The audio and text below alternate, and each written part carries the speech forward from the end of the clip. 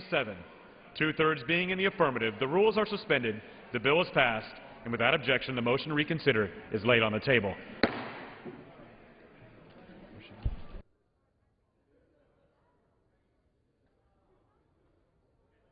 This is Gentlelady from Ohio. Seek recognition.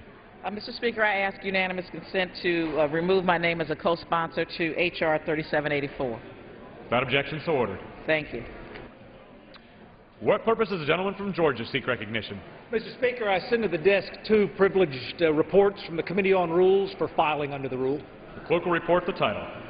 Report to accompany House Resolution 533, resolution providing for consideration of the conference report to accompany the bill, H.R. 658, to amend Title 49, United States Code, to authorize appropriations for the Federal Aviation Administration for fiscal years 2011 through 2014 to streamline programs, create efficiencies, reduce waste, and improve aviation safety and capacity, to provide stable funding for the national aviation system and for other purposes.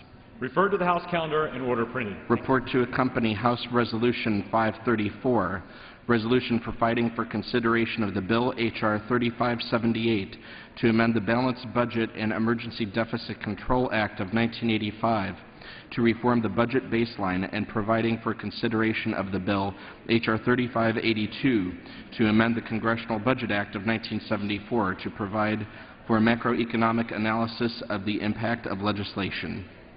Referred to the House calendar and ordered printed.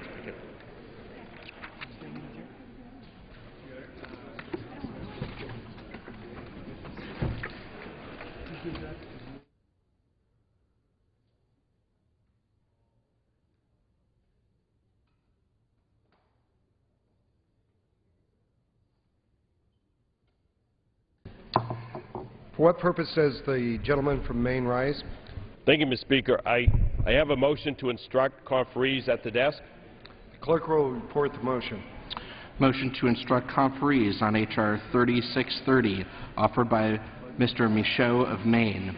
Mr. Michaud of Maine moves that the managers on the part of the House at the conference on the disagreeing votes of the two houses on the Senate amendment to the bill H.R. 3630 be instructed to recede from Section 2123 of the House bill relating to allowing a waiver of requirements under Section 3304A4 of the Internal Revenue Code of 1986, including a requirement that all money withdrawn from the unemployment fund of the state shall be used solely in the payment of unemployment compensation. Pursuant to Clause 7 of Rule 22, the gentleman from Maine, Mr. Michaud, and the gentleman from Texas, Mr. Brady, each will control 30 minutes. The chair recognizes the gentleman from Maine. Thank you, Mr. Speaker. At this time, I'd like to yield 4 minutes to the gentlelady from Ohio, Ms. Kaptur. Gentlelady is recognized for 4 minutes. I thank my esteemed colleague, Congressman Mike Michaud of Maine, for allowing me this time to join him and to rise in support of his motion to instruct conferees on a payroll tax cut extension bill that strikes a section that undermines the normal procedures of unemployment compensation to people who are out of work as it diverts those funds to other purposes. Here we have the hardest of hearts that exist in this House, the majority on the other side of the aisle, who allowed the market to crash in 2008, putting millions of people out of work, and then throwing millions more out of their homes and turning a cold eye toward them, and then proposed to cut heating assistance to those who were struggling across this country, and then a majority on the other side voting to not extend unemployment benefits to the victims. I didn't see any enthusiasm over there for prosecuting the big banks on Wall Street and those who had committed the fraud that got us into this mess in the first place. No, they want to cut it out of the hearts of the victims. Now, the House Republican proposal in H.R. 3630 would allow states to apply for waivers to bypass basic protections and standards that now apply to the Permanent Unemployment Extension Program. States already have ample flexibility to determine eligibility for unemployment insurance benefits and to set the amount of those benefits. But they must now operate under a basic set of rules. For example, states are required to spend unemployment insurance funds solely on unemployment benefits. They must pay benefits when due, and they may not condition eligibility on issues beyond the fact and cause a person's unemployment. The Republican bill would circumvent these basic protections. Under the proposed waiver policy, states could divert unemployment funds to other purposes, which seems particularly ill-timed when over half of the state's unemployment trust funds are insolvent because there's so many people still out of work. This diversion policy could lead to jobless individuals being denied weekly unemployment benefits and instead being offered less useful benefits. Furthermore, a waiver could allow new requirements to be imposed on unemployment insurance recipients, including a requirement that they perform a community service job to be eligible for benefits. Unemployment insurance is an earned benefit for people who have worked hard. It's insurance. Effectively, they have paid into those insurance funds and have lost their jobs through no fault of their own. These individuals must actively search for work to be eligible. I have people in my district that have sent out 400 resumes, knocked on hundreds and hundreds of doors. They want to work. And many receive services through the federally funded one-stop employment centers. Regrettably, House Republicans, again, have a proposal here that have consistently targeted this system for steep cuts in services at a time when they are needed most. You know, I really wonder why they don't focus as much attention on prosecution of the Wall Street perpetrators who got us into this mess in the first place. I think you got the telescope turned around in the wrong direction. You ought to be caring for those who have an ethic of work and who've earned these benefits. And we need to recoup money to balance the budget and to meet our societal needs by making sure that prosecution occurs for those who took the republic to the cleaners and are still fat and happy sitting in the same chairs that they were in back in 2008 up there on Wall Street. So I would say to the gentleman, I rise in strong support of your effort to instruct the conferees and to protect the earned benefits of those in our society who build this country forward through thick and thin, no matter what. They have earned the right to their unemployment benefits, and I yield back my remaining time to the gentleman and thank him so much for yielding me this time. What purpose does the gentleman rise? To address the floor on the motion to recommit, on the motion to instruct. Gentleman is recognized. Thank you. Mr. Speaker, I think there is bipartisan agreement, Republicans and Democrats, on extending unemployment benefits for a full year. Clearly, we're in tough economic times, but here we are 2.5 years after the recession officially ended, and yet we have 27 million people who can't find a full-time job. We have a lower unemployment rate principally because so many Americans have simply given up looking for work. What we know is the current unemployment system is not working. I think we can all agree an unemployment check is no substitute for a paycheck. We know the longer a person stays unemployed, the harder it is for them to get back in the workforce. Most studies show us that after 2 years, the chances of you getting back in the workforce becomes very, very slim. Yet, the government today subsidizes that unemployment for almost that full 2 years. There's agreement that the sooner we get people back to work, the better it is for them and the better it is for our economy. But what federal government is doing today, it isn't working. We have a system from the 1930s. We need an unemployment system for the 21st century for today's economy. Common sense reforms are in order, but the Democrat motion to instruct that we just heard about destroys those reforms to put people back to work. Under the House bill, we allow states, those who know the economies better, who know their workers best, to put together innovative programs to get people off unemployment and back into the workforce where they belong. Under the House bill, for example, we require workers to actually look aggressively for a job. You would think that's common sense, but under federal law today, you know, a person can go a year and a half receiving unemployment benefits and not be looking for a job. In some states, you don't have to look for a job at all. Well, that's not acceptable. Those without a GED or a high school diploma, those whose chances of getting a job are the slimmest, those who are laid off first and hired last, they struggle. But under the House bill, we allow states to put together the programs to actually get those workers that education. For example, if you're 40 years old and don't have a GED, the truth of the matter is you still have a quarter of a century left in the workforce. We want to help you get that education to be a better applicant, to get a better job, to have a brighter future. But this bill denies states the ability to help get that education for their workers. We give states the ability to tailor job training programs to get people again back to work. This is what the President talked about when he cited Georgia Works and other issues on job creation. The Democrat motion stops states who know their local economies best from putting, again, these job trainings in place for their workers. And finally, in the House bill, we recognize and believe it's time to stop subsidizing drug use through federal benefits.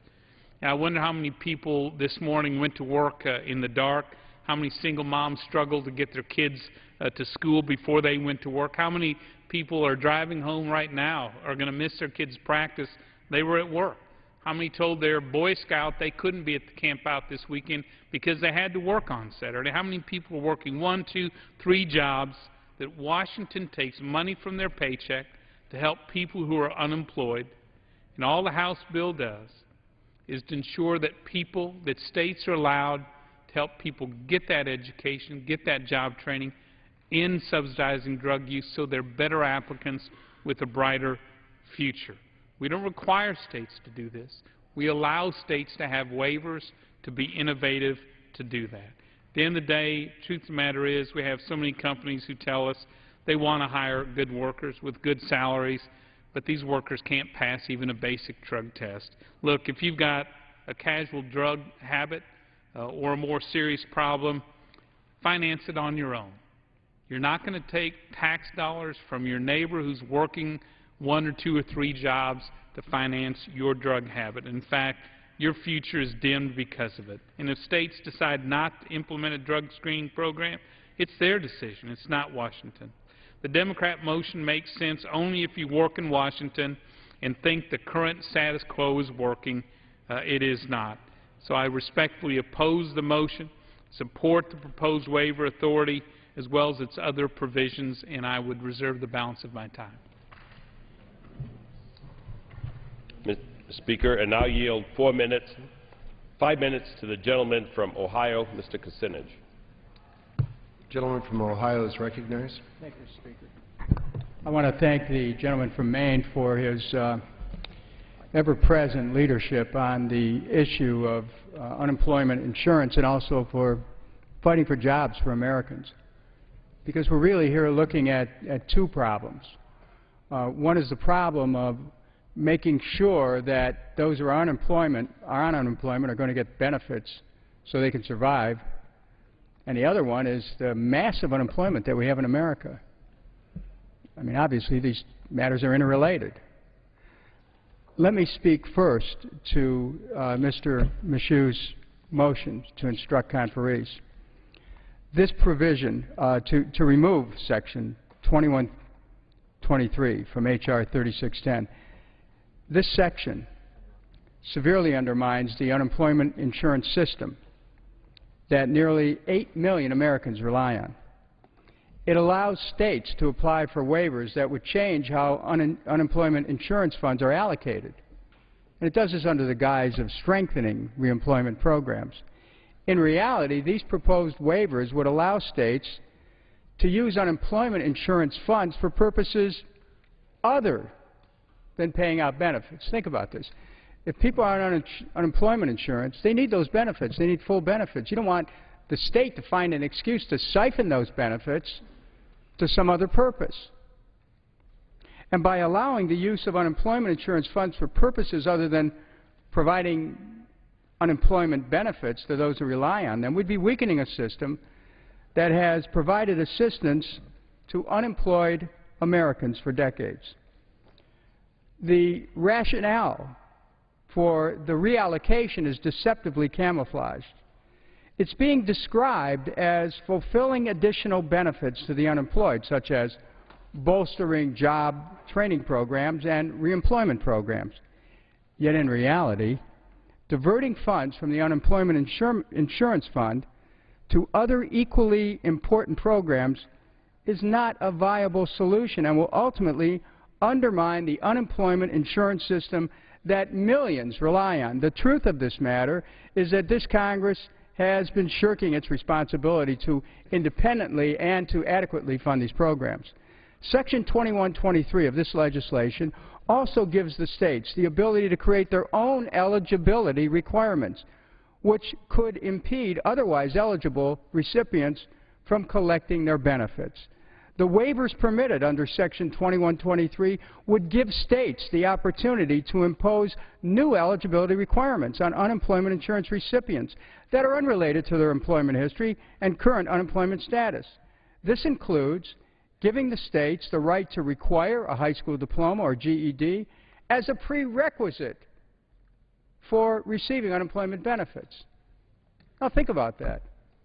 You have so many people who, because of family situations, have not been able to finish high school, and they're working to support their families. They get laid off, and then they're told, well, wait a minute, because you don't have a high school diploma, you can't get any benefits. This is a double punishment for people. What we should be doing is enabling people who are unemployed to be able to get a college education paid for while they're unemployed, so that when they're graduated or better educated, that when they come back into the workforce, they can help make a greater contribution to our country. Frivolous requirements like giving states the right to require a high school diploma or GED as a prerequisite for receiving unemployment benefits will do nothing but prevent benefits from reaching those who need them the most. In my home state of Ohio, the unemployment rate is still above 8%. Just last week, more than 20,000 Ohioans were on the brink of losing their extended benefits. The men and women of this country should not have the added stress of monitoring the government's attempts to deny or delay their unemployment benefits. We have to protect the integrity of the unemployment insurance program and those that rely on it. And while we're at it, we also have to start thinking about creating jobs in this country. We have at least 13 million people who are unemployed, and another 6 million are underemployed. It's time we got America back to work. Then we wouldn't be having this debate about unemployment insurance. Well, people are unemployed, they should get the benefits, and they should be full benefits.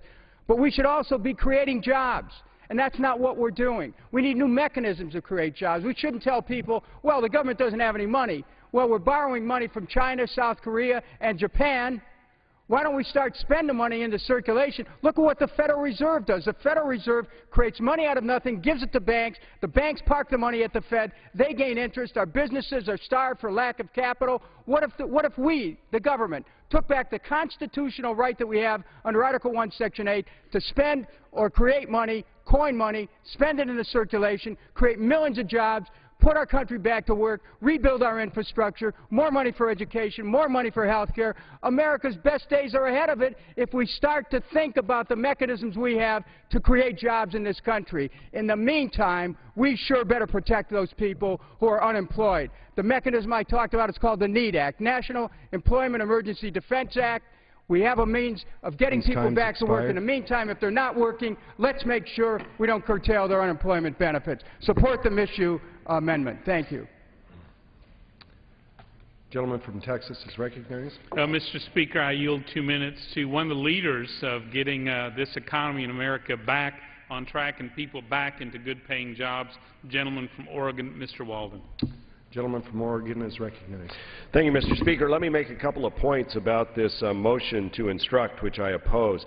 Section 2123, which is the issue here, allows up to 10 states per year to apply for waivers to test innovative ideas to help people get a job, to help people get back to work. So it's only up to 10 states, and waiver programs would have to be cost neutral, rigorously evaluated, and then we could understand the policies. Look, I think the folks at home in my great state of Oregon are just as compassionate, if not more so, than what happens here in Washington. I think they can be creative, too, in helping, and in fact, in 2011, Oregon launched its version under a waiver of the National Career Readiness Certificate Program. Now, what that did was certify 10,760 work-ready individuals in the state that they have the appropriate math, reading, and other skills necessary to get back and contribute to the workforce.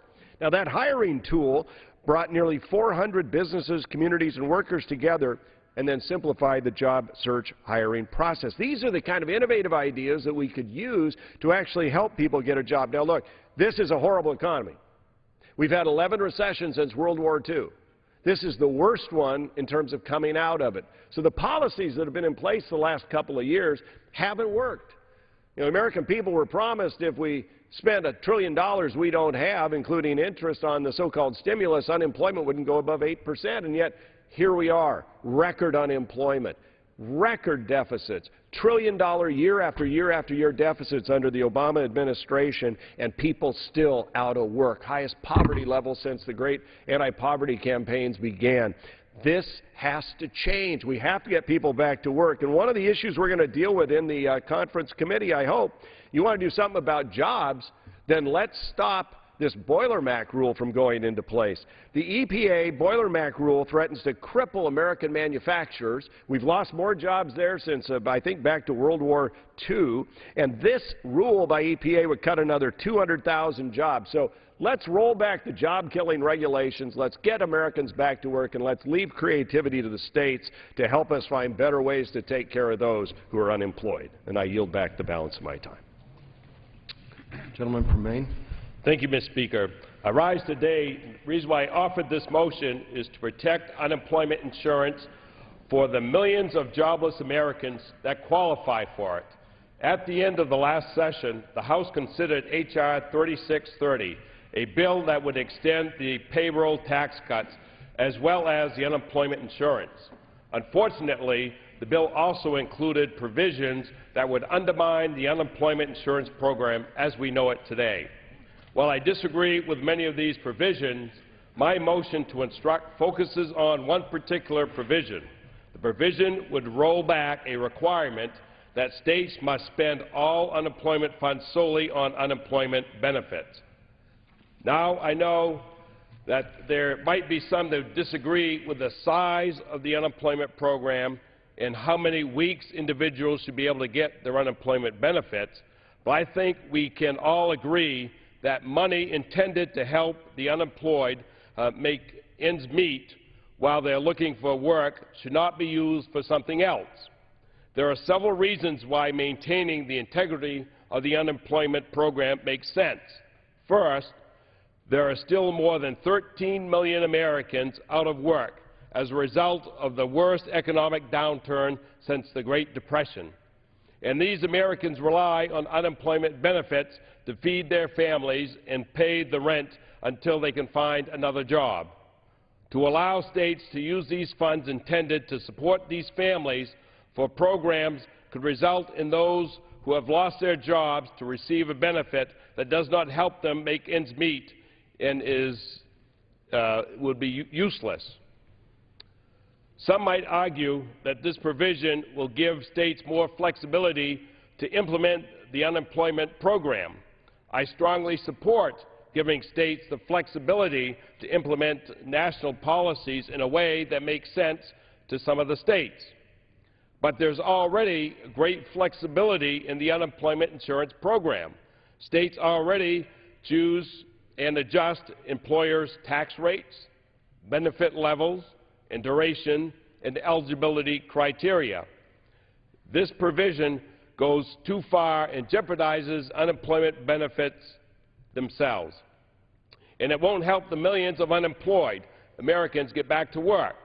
Second, unemployment benefits helps individuals find other jobs. According to CBO, extension of unemployment insurance benefits in the past few years increased both employment and participation in the labor force over what they would have been otherwise. And recent research from the Brookings Institute concluded that unemployment insurance does not increase the time that people remain unemployed. They found that unemployment benefits may actually keep more people in the labor force through its requirement that beneficiaries seek work. The fact is, unemployment benefits remain a crucial resource for American workers who lost their jobs as a result of the Great Recession, and not because of their job performance. Using unemployment insurance funding for any other purpose than unemployment benefits for struggling families simply makes no sense. Third, unemployment benefits stimulates the economy. CBO identified increasing aid to unemployed as one of the policies that would have the largest effect on output and employment, and therefore trigger economic growth. That's because individuals who receive unemployment benefits don't put it in their savings account. They spend that money on things like putting food on the table for their families. If we divert money from the unemployment program, this economic stimulus effort will be lost, and our economic recovery will be even slower than it is now. I think it is important to remind ourselves that the unemployment benefits are given to eligible individuals who have previously had a job but have lost it for reasons out of their control. During the Great Recession, millions of Americans were given pink slips. Even now, our economy has started to show small signs of recovery, but there are certain areas in Maine, labor market areas, where unemployment rate is more than 20%. These families aren't going on vacations or buying luxury cars. They're spending all their monies in their savings accounts, emptying their 401ks, and simply doing without. They need unemployment benefits to help them stay afloat and to help them find a job. My motion simply instructs conferees to take out of this harmful provision so that we can ensure that the unemployment funding is spent on unemployment benefits. In this environment of reining in government spending and making sure taxpayers' dollars are used effectively, I think it makes sense to make sure that the unemployment benefits cannot be spent on some other program that won't help families or the economy like the unemployment insurance. So I urge my colleagues to support this motion to ensure that the unemployment benefits continue to go to Americans who lost their jobs and are trying to get back on their feet. I reserve the balance of my time. Gentleman from Texas. Mr. Speaker, I yield 2 minutes to one of the new freshman members of the Ways and Means Committee who's taken a leadership role, who understands that it's not an unemployment check workers are seeking, it's a paycheck. So I yield 2 minutes to the distinguished gentleman from North Dakota, Mr. Berg. Thank you. Thank you, Mr. Chairman, and thanks to the gentleman from Texas who understands that the best solutions come from those people that are closest to the problems. Mr. Speaker, I rise today in strong opposition to the Democrats' motion to instruct. With Sections 2123 of House Bill 3630, we give states the waiver authority for unemployment insurance to test and expedite reemployment on individuals who are receiving unemployment benefits. We are empowering the states who know their workers best to be creative, to be innovative, and to do more for workers to get them back to work. In my home state of North Dakota, where the unemployment rate is the lowest in the nation, we have tremendous reemployment programs that are operated through job service. The participants in these reemployment programs have even said, I would make this program a permanent feature so that all people who are unemployed have a chance to utilize it. And others who said, you will learn something you never thought about before. No one goes away without something. Instead of continuing the same Washington business as usual, inflexible approach to unemployment insurance, it's critical that we make common sense reforms now. To me, it's obvious. States know their workers best. Let's empower them. It's time for Washington to learn from the states. Give them the flexibility they need. With that, I urge my colleagues to oppose the Democrat motion to instruct and support the underlying bill. Mr. Speaker, I yield back.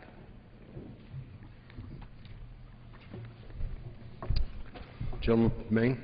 Thank you, Mr. Speaker. I yield 4 minutes to the gentlewoman from California, Ms. Woolsey. Mr. Speaker, I rise this evening in support of Congressman Michaud's motion to instruct conferees. Every single one of us in this chamber woke up this morning and came to work. We're lucky to have jobs, jobs that are a source of dignity and self-fulfillment. But, Mr. Speaker, 13 million Americans woke up this morning with no job to go to, no salary to help support their families.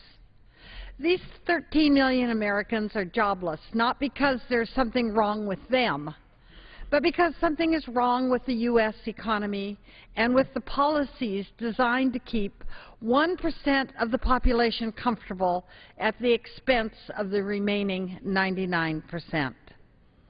The recession happened to the American people. They didn't bring it on themselves. My colleagues on the other side of the aisle see it differently. Instead of willingly extending jobless Americans the hand up they're entitled to, the majority insists on punishing jobless Americans for their predicament. They want to manipulate the unemployment insurance program that everyone pays into, that everyone deserves to access when they fall on hard times. They want to give states the permission to use unemployment insurance funds for something other than unemployment insurance. How convenient.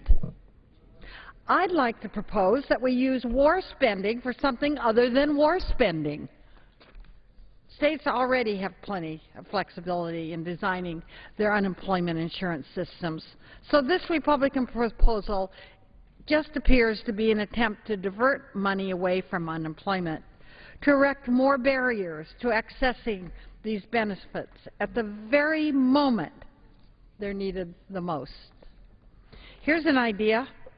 Instead of undermining jobless benefits, why doesn't the Republican majority put their energies into a real strategy to create jobs for these unemployed workers?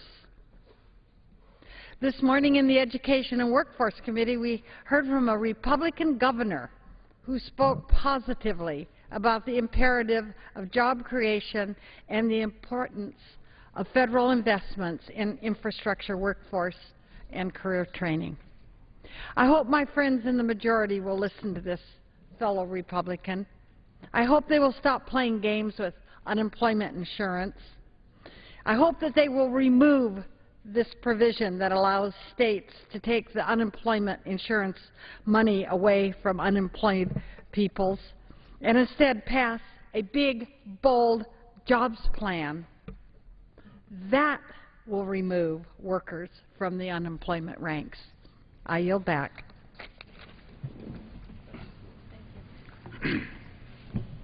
Gentleman from Texas.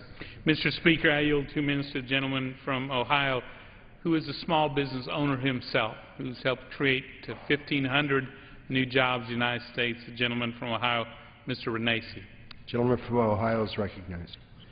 I want to thank the gentleman from Texas. Mr. Speaker, I rise today in opposition to the Democratic motion to instruct and in support of an initiative in this bill I believe will have a positive impact on our nation's staggering unemployment rate. In these uncertain economic times, we must allow states the ability to pursue innovative, pro-work strategies and grant them the flexibility to build effective employment programs. Every day, I hear from businesses in my district in Ohio that are ready to hire but cannot find the right person. Most of those currently collecting unemployment insurance want to return to work as soon as possible. We must implement measures and expedite reemployment without adding to the deficit. A concept for granting states the flexibility to redirect a portion of unemployment benefits to an employer was included in the original bill. In exchange, the employer would hire a qualified unemployed worker at a higher rate than that individual would have received on unemployment. This common sense legislation is a win for the unemployed, for employers, and for taxpayers. I urge you to support the underlying bill and oppose any effort to limit this initiative. Thank you, and I yield back my time. Gentleman from Maine. Thank you, Mr. Speaker. I yield 4 minutes to the gentleman from New Jersey, Mr. Holt. Gentleman from New Jersey is recognized. Thank you, Mr. Speaker, and I thank the gentleman from Maine. This is a simple notion. We want to ensure that unemployment funds are used for those who are unemployed. We want to make sure that unemployment funds, as promised, are given to those who are unemployed. It shouldn't be a partisan issue. There are unemployed Republicans, there are unemployed Democrats, there are unemployed independents. Our motion says to them, we're not turning away from you. But evidently, it seems to be a partisan issue. Now, let me repeat in clear English what this means when they talk about waivers. In clear English, it means this bill, the House Republican bill, would allow states to divert unemployment funds for other purposes. Now, states already have ample flexibility. They say they need flexibility, but flexibility really is a euphemism for denying benefits. It's an invitation to deny benefits.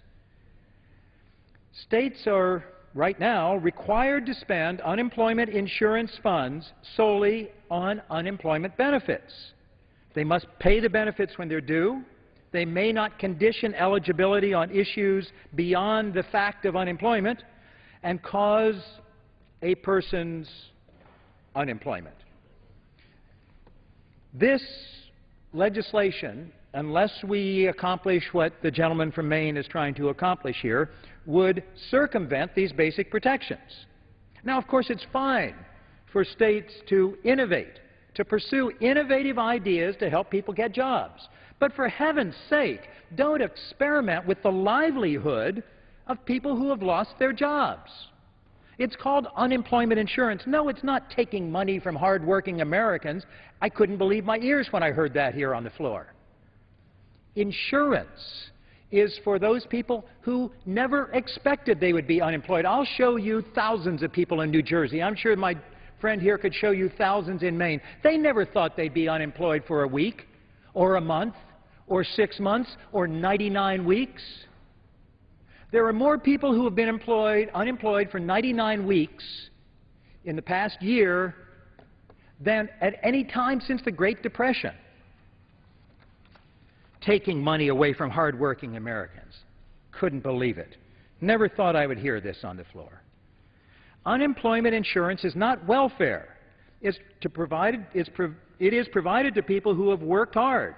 They've paid into an insurance fund, in effect, and they've lost their jobs through no fault of their own. They have to actively seek work to be eligible. But unemployment insurance also helps the public at large, the economy at large. It's not just helping those families, and it certainly does help those families, those spouses, those children. But as my friend from Maine pointed out, the unemployment insurance money isn't stashed under a mattress. The family spends that money, and it helps the economy at large. Even with the minuscule improvements in the economy recently, long-term unemployment remains up around record levels. There are millions of fewer jobs in the economy today than before the recession started. Jeffrey from Plainsboro, New Jersey, wrote me, I was wondering if the extension for unemployment benefits would be extended. My wife has been unemployed for close to 2 years, and despite trying to get a job, we see her 99-week deadline fast approaching. I'm a car salesman who works on commission, so you can imagine business is down. May I ask for additional time? I give the gentleman an additional minute. Thank you. The gentleman is recognized for an additional minute. Thank you. Please let me know if there's any light at the end of the tunnel. Thanks. Now, I think he would be outraged if he knew that somebody here on the floor was associating his wife with drug abusers who shouldn't get the unemployment insurance benefits that she deserves. Robert from Somerset wrote to me to say, I'm an unemployed Vietnam vet who received my last unemployment check last week. What can you do about this? If you have any suggestions, I'd appreciate it.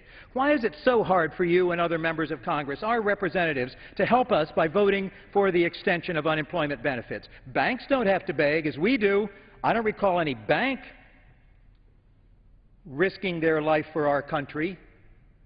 If they're interested in experimentation for how to do things better, why don't they experiment with maybe denying the banks and investment banks some of the benefits they've gotten? I think this person would be outraged for somebody to tell him that the government is subsidizing his unemployment and destroying his motivation to work. This veteran. Members are reminded not to traffic in the well while another member is under recognition. From Texas. Mr. Speaker, I would yield 2 minutes to one of the new leaders, a freshman member of the House Ways and Means Committee, a gentleman who with his brother have run a successful small business for 15 years, understands the system we have today simply isn't working. I yield 2 minutes from the gentleman from New York, Mr. Reed. Gentleman from New York is recognized. Thank you, Mr. Speaker, and thank the gentleman, my colleague, for yielding. As my colleague indicated, I am a small business owner. I'm proud of the business that we started up in Corning, New York, and the many people that we have employed in that business, Mr. Speaker. And I also know that during times when people are in trouble or businesses are in trouble, they have to make the hard decision of laying some people off, and I can empathize and understand when those individuals are in that situation. But what we're talking about here tonight, ladies and gentlemen, is just some common sense reforms to allow the states to have the flexibility to do what is best for them in their local jurisdictions to try to empower the men and women from their districts so that they have the opportunity to go back to work. I wholeheartedly disagree with the concept that my colleagues on the other side of the aisle are arguing for tonight, to strip that language that would give the states the flexibility to do common sense reforms in unemployment. Not taking away the unemployment program. No one's talking about doing that. But what we're talking about, ladies and gentlemen, is implementing the ability for states to have people get an education or require people to get a GED, to give them tools so that when they go into the marketplace, they have the ability to get a paycheck again rather than an unemployment check.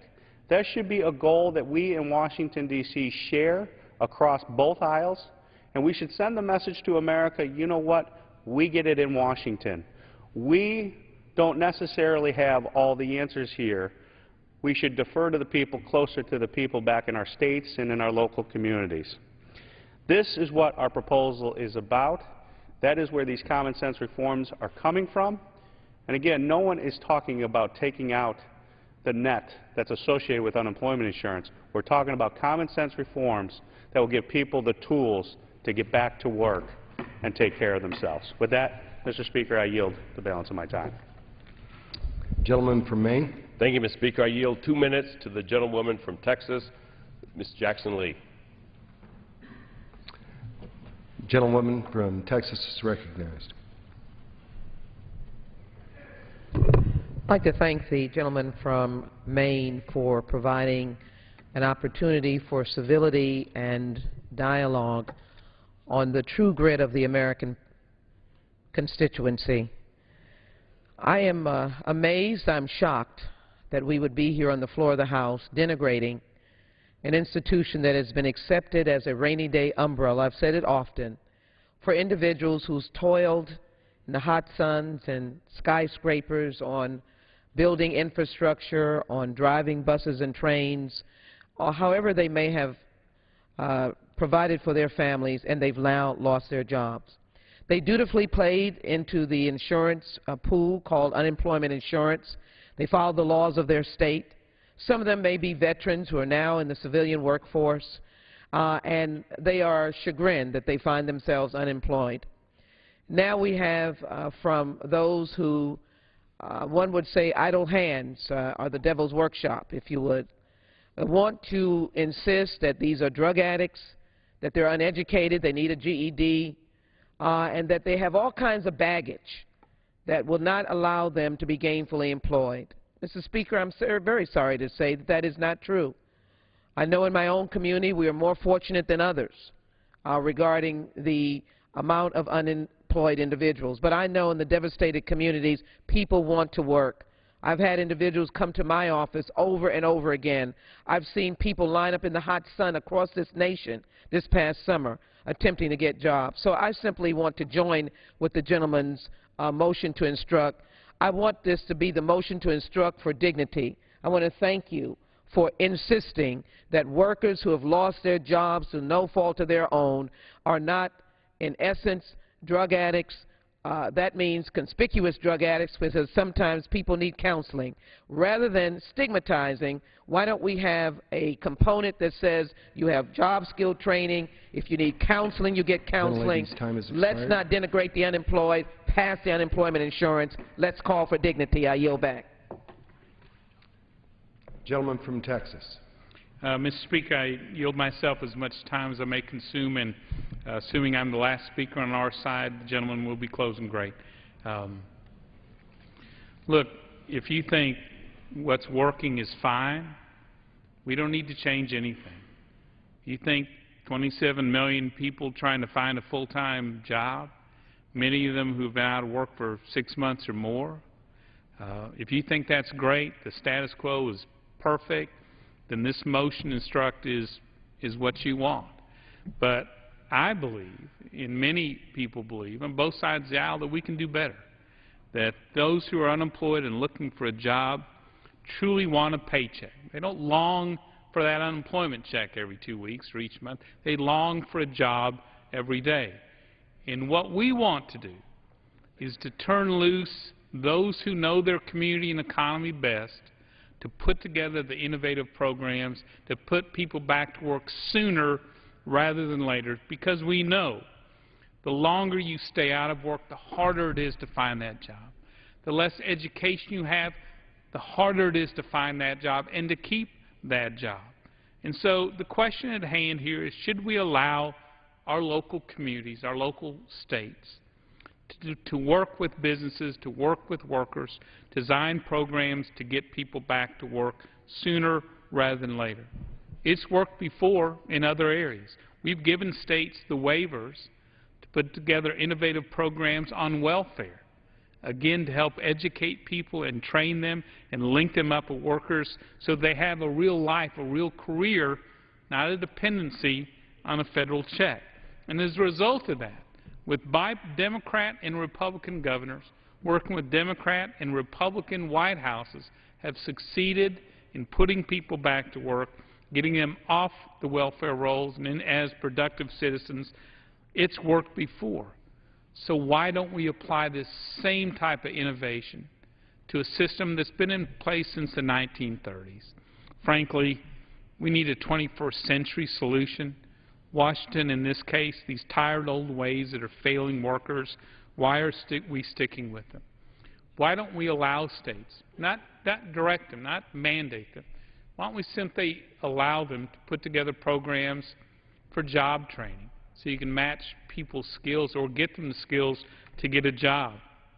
Why don't we require that from the first day you get an unemployment check to the last day, that you're actively searching for work each day, not going through the motions as some do, but that every person getting that help is searching aggressively every day to do their best? Why don't those who don't have a high school education with years left in the workforce, why don't we allow states to put together programs to get them that GED so that they actually have a chance for a better life? Because they, again, first to be laid off, hardest to find a job. Why don't we give them some hope in a high school equivalent degree while they're on unemployment? And why don't we ensure that those who are getting help for unemployment are ready and available to work? Too often, in all sizes of towns across this country, we're finding workers who can't pass a simple drug test. And more jobs these days require that drug test. Why don't we allow states to put programs together to screen those early on and put programs together so that that applicant is a clean applicant who's ready and willing to work, who actually has a bright future for themselves and their children. So at the end of the day, this is a simple question. Do we stick with the status quo that we know isn't working? Do we allow states and local communities to be innovative to get people back to work sooner rather than later? These are the common sense reforms we think this country and, more importantly, these workers deserve. I oppose this motion to instruct because I think it's rooted in years and decades past, and we deserve better for our workers in America today, and I yield back. Gentleman from Maine is recognized. Thank you, Mr. Speaker. I agree with part of the comments the good gentleman had made. People do not want to sit home and collect a paycheck. They want to go to work. People definitely do have, some people have to be trained for jobs. There's nothing in my motion that will prevent states from offering training programs. Nothing in my motion will prevent states from encouraging people to get their GED. The states have that flexibility to establish these programs on their own. My motion to instruct simply says that the benefits that was collected by the employers and employees for unemployment benefits will have to be used for unemployment benefits. It cannot be used for training programs. It cannot be used to help subsidize businesses to pay for these employees. It has to be used for unemployment benefits. This motion to instruct is important because if you look at my home state of Maine, there are more than 48,000 Mainers out of work. And I want to read a letter from one of my constituents whose stories illustrate why it's critical that unemployment benefits goes to those who need them, not for some alternative programs. The other alternative programs that I heard earlier this evening, states can do that now on their own. The only difference is they cannot use unemployment benefits. I'd like to read this letter from my constituents, and I quote the letter. I just became a 99er, as those of us who have exhausted our unemployment benefits are called. Though some in Congress and the media thinks we comprise the bottom feeders that the business creators needed to shed, this is not always the case. I have worked hard ever since I was a kid in East Millinocket, doing odd jobs for my father peddling newspapers. I went into the Army and benefited from the veteran-era GI Bill, and since have been glad to give back in the form of higher taxes for many years. In 2009, my former company moved to California and laid me off, and hundreds of others were laid off, despite my having an earned superior performance review for most of my years with them. To their credit, we were given outplacement services and a decent severance package. Nonetheless, I have since tried to find employment in my field, but find myself being screened out by junior human resource people who find me overqualified, too senior, or too highly compensated for the job at hand. I am certain that some of this is ageism, which, though illegal, is still quietly sanctioned in this society. And now we face companies brazenly telling us that we need not apply if we have been out of work for more than 6 months. Please show some compassion for those of us who become unemployed through no fault of our own and who still hope to join the tax-paying ranks once again. End of quote. This constituent of mine relies on unemployment benefits, not because he wants to or because he's lazy, but because he can't find a job. As I mentioned, some labor markets in the state of Maine are over 20% unemployment. He is the reason why I'm offering this motion to instruct today, to make sure that the unemployment insurance program is preserved for Americans like him. It requires that unemployment benefits will be used for those unemployed. The states have the flexibility to determine eligibility, the length, and the amount. They have that flexibility. So I urge my colleagues to vote for this motion to instruct and protect unemployment benefits for what it was intended for those that are unemployed, and not to help subsidize other programs that states might decide to create. And with that, Mr. Speaker, I yield back the balance of my time. All time for debate has expired. Without objection, the previous question is ordered. The question is on the motion to instruct. Those in favor say aye. Aye. Those opposed say no. No. The noes have it. Speaker. Gentleman from Maine. I ask for the ayes and nays. The ayes and nays have been requested. Those favoring a vote by the ayes and nays will rise. Sufficient number having risen, the ayes and nays are ordered. Pursuant to Clause 8 of Rule 20, further proceedings on this question will be postponed.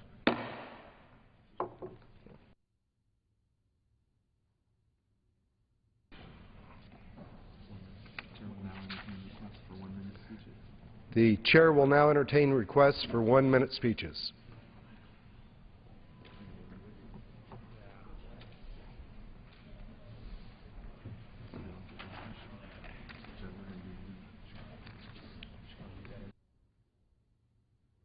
I'm sorry, sir. Okay. Chair lays before the House the following personal request. Leave of absence requested for Mr. Carson of Indiana for today and for the balance of the week. Without objection, the request is granted.